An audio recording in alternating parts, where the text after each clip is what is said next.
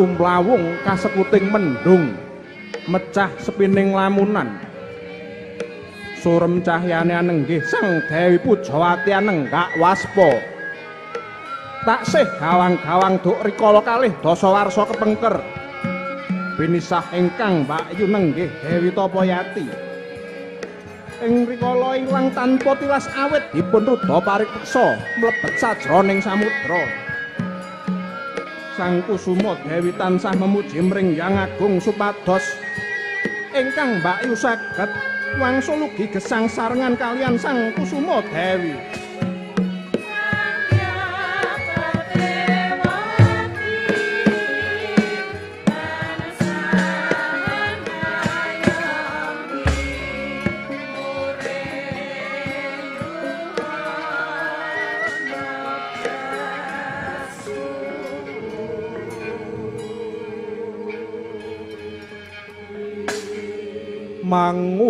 Mangu wang manganing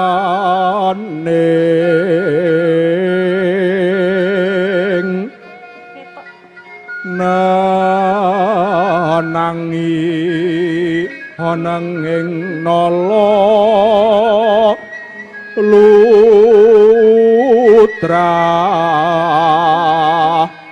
tan bangkit kinambang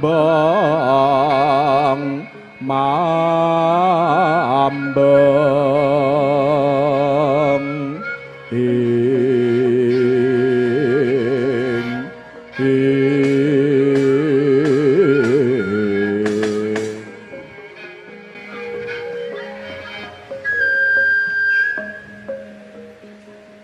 Rong puluh warsa wis kapungkur aku lan sira mungkasi sapatemon ing papan kene kang muga-muga lintange ngangkasa tansah dadi kanca rawangun konmu nglakoni urip kanggo aku kapang kalawan patuko kang mbok topo tunjung bangtrate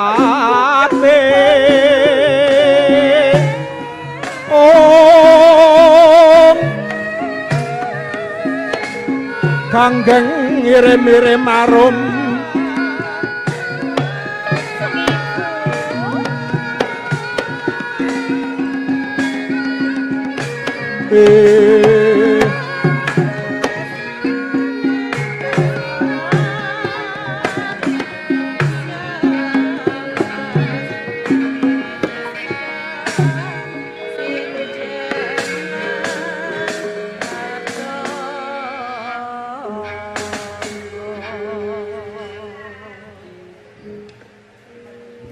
Ger surti kanthi apa wasana pakabaran mungguing Mbak Ayumu Erawati tongger ngantos engko sak menika ibu dereng wonten pakabaran bab murcanipun Kakang Bu Erawati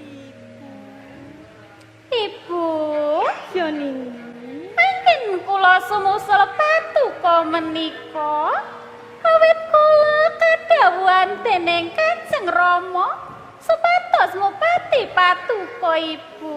Iya, Kanjeng Ibu. Kepiye Nger?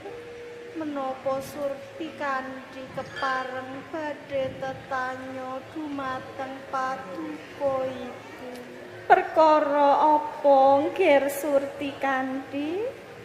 Kenging menapa saben satunggal condro sepisan Kanjeng Ibu tansah tumuju wonten ing papan menika kanthi raos sungkawa Ibu.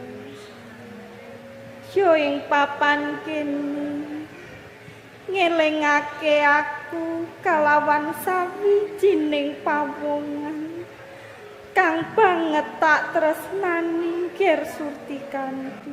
Mangke rumiyin to Kanjeng Ibu. Kepiye?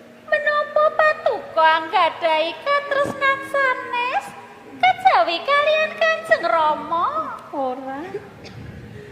Dudu tresna satataning priya kalawan wanita nanging tresna marang Kadang Gerbanowati. Oh. Sejatine jeneng sira kabeh kuwi suwenipu jejering wanita yo kang wewangi topo yati nanging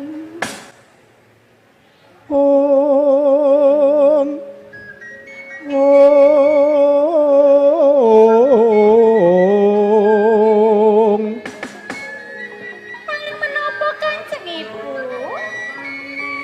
nanging wakmu Dewi nemahi lelakon kang noraden karepake satemah kaglandang lumebu ana ing samudra wiwit saka kuwi ibu pepisahan kalawan pakmu Dewi Kanjeng Ibu sepinten agung raos tresna paduka nglawan wonten pitapa yati mula saben wayah sak condro sepisan ibu tumekana ing papan kene ibu kelingan eseme ibu kelingan cara nggone momong lan resnani aku lan aku banget kelingan piwulangi kan tansah tak lunturake marang jeneng sira kabeh gedhening rasa tresnaku nganti aku kepengin ngaras palarapan kaya tuing wuning kaya tuing wuning Wancinipun sampun badhe suruting surya monggo kondur Ibu. samangke menawi sampun wonten praja kula dipun cariyosaken malih bab kekadangan paduka lan Dewi Tapa Yati. Ayo enggal bali yo. Nggih Kanjeng Ibu sumangga.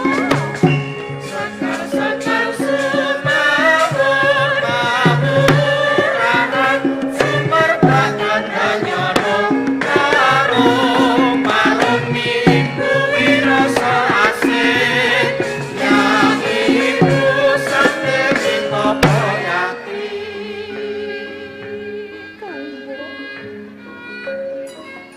Kanjeng Ibu, patuko matosi menapa? Sumangga kalih kakundur.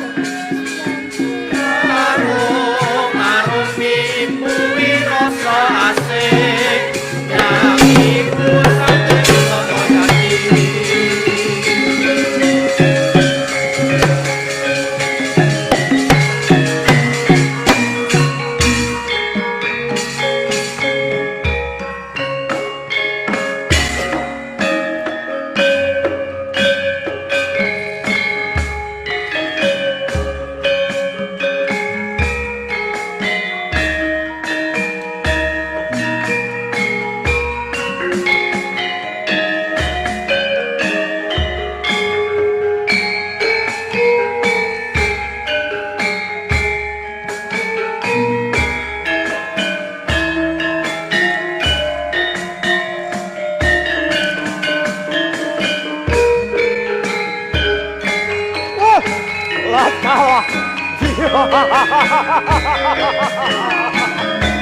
Lewati yo.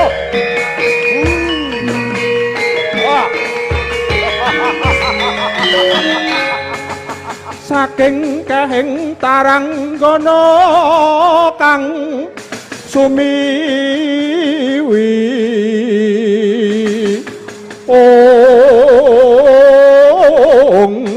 warata tanpa sala warata tanpa sala Sang Prabu Mandaraka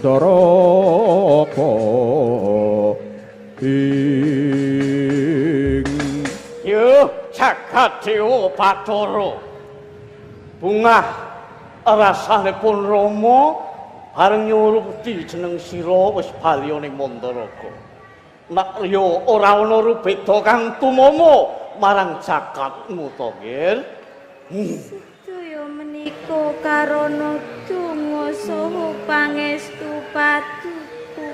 iya Kula mboten anempuh rubeda menapa kemawon Rama. iya syukur saya jumurun Saudara kula wonten dawuh sinuwun nilake gedhening panuwun kula kang saka kuwi wektu dina iki tak lelani jeneng sira bali nanging kampira ana ing Pantiarta nggawa redana sakake minangka tandha panuwunku marang jeneng sira Jaladara nyuwun pangapunten sinuwun nggih prajanjenipun saha sinten ingkang saged mangsulaken Kusuma Dewi Rawati menika badhe kadhawuhaken nggih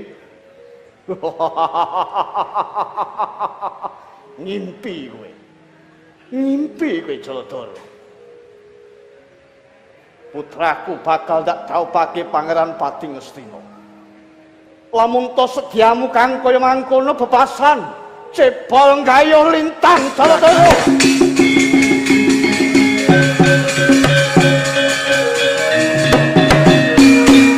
Serut kula paring pirsa dhateng Paduka anggen kula tetulung wonten negari Mandaraka menika awit tulusing batos kula nggih kula tampi menapa ingkang dados dawuh pangandika Paduka nanging iling den iling sinuwun menawi to gelo badhe tiba ing burinipun sinuwun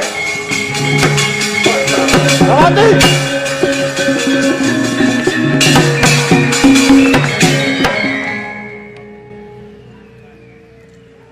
Rawati iki sapa Rawati Menika ibunipun Kartopyoga Rama. bangsat serep nyawamu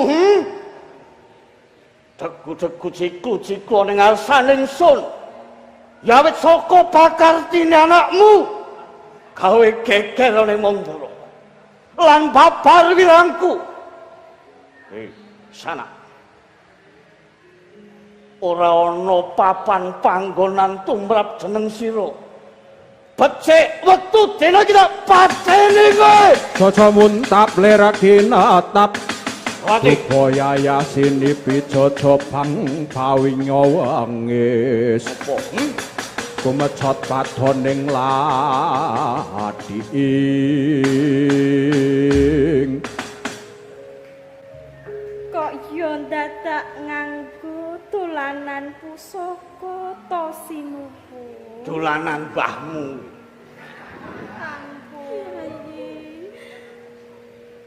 Erawati, arep ngopo kowe nderek manut kula kemawon nggih. Apa jeneng sira kuwi ora ngemutake kalawan Sudarmamu to nggih? wah hati-hati Wong dereng mlebet le Oh, lho, menika Pak. sinuwun dereng. Inggih dipaske rumiyin. oh iya wis ya manut ya Kanjeng Ibu, yo ngger mini kula kula menika badhe ngemutaken Kanjeng Rama. Ning nyatanipun sinten to ingkang saged nyelani pangandikanipun Kanjeng? Lah iki wis kewirang. Yo, apa to? Kaya drama Korea wae ngenane ngelek ngoto lak yo. Sampun tuko-tuko ingkang kados mekaten to sinuwun. Wis, Mbak. Samangke paduka ludira inggil kados pundi? Wis, manut tak ning kene wae. Ingkang mungku pawongan menika ingkang tansah ngayomi kula ing tirta kadasar Dewi Tapayati menika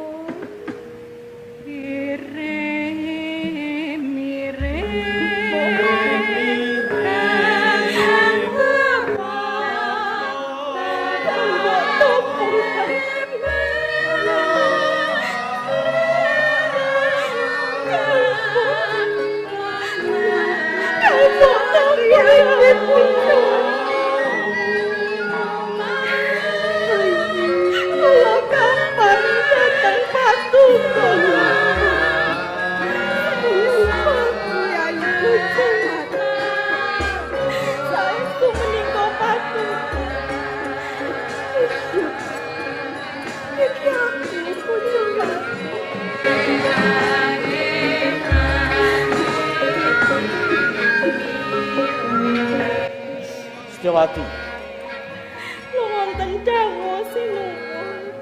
iki sapa? Inggih menika Tapayati ingkang kula cariosaken siang pantaran ing